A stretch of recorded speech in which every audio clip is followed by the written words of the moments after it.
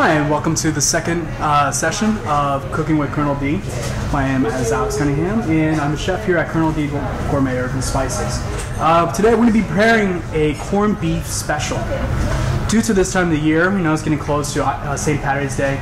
My family, we've always celebrated St. Patty's with corned beef and potatoes, or in corned beef and cabbage, depending on how you want to do it. So we're going to be starting off with the corned beef. Right here, and the most important thing right here, you actually want to start off with a good trim. So I've already taken the liberty to portion off this a little bit. So what you want to do, you want to get underneath the sinew right here.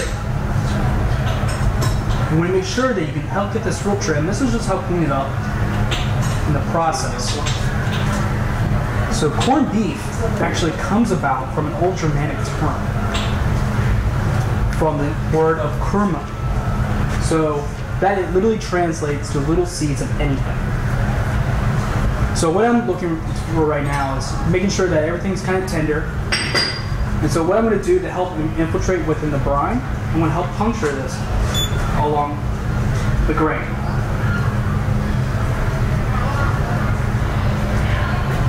So when I'm doing this, I'm going to help make sure that the brine is going to go inside and get into all of this muscular tissue. You'll find that there's a lot of sinews and internal fat within the actual brisket itself. So with that, brisket's all set and ready to go. I want to make sure it's dried and ready to go. So at that point, I'm going to go ahead, I've taken the liberty, I've heated up some water, 2 quarts to be exact. And what I'm going to do, I'm going to take half a cup of brown sugar, put that in there. I'm going to take 1 cup of the Colonel D's corned beef mix right here. And this is a combination of allspice, bay leaves, brown mustard and yellow mustard seeds, and fennel seeds. So I'm going to go ahead and put this in there. And we go ahead and pause.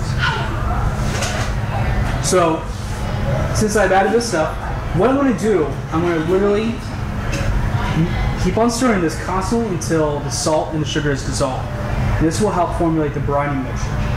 Now, sometimes people are actually confused of what a brine actually is. To be simple, brining is curing in a wet method. So when you brine it, this is a nice way to incorporate flavor onto the internal parts. So because when you have salt, within direct contact of any of your proteins, it forms a two-way street. So literally what goes on is that salt literally pulls the moisture out of the internal cell structure and dilutes the salt that's actually coming in contact with the meat itself, and at the same time is reversing it in order to help create a balance.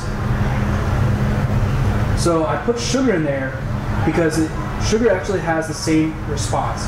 Sugar and salts are both anesthetic, which is that whole process we usually explain. So the sugar also adds a nice little contrast and to contradict the salt-like flavor, make things a little bit sweeter, because everything's a little bit easier with sugar. So this is coming to a point where I can go ahead, let this cool, get it down to about 45 degrees Fahrenheit. Once it's at that point, I can make sure that it's not going to be cooking the brisket, and that's the last thing I'm going to do. So after that, I'm going to put it into a Ziploc bag, make sure it's all set, ready to go, and I'm going to put it into the refrigerator for about 7 days. 7 to 10 days, actually, to be exact. So from that, you want to put it into a mixing bowl, make sure it's ready to go. Alright, so get into the cooking process of the corned beef. You want to make a combination of about 3 quarts of water, and I added another quart of beef broth and vegetable broth just to help with the cooking process so I didn't lose a lot of that flavor. So with that, I'm going to cook this at a slow, gentle boil for about 2.5 hours, just to be safe. So I'm going to let this rest for about 8 minutes. You can put that into a crock pot or a great screen of any sorts. and just literally just calm down. Because basically what's going on with all the meat is that all the blood, all the fluids are just going all over the place, and they just need time to really get set back.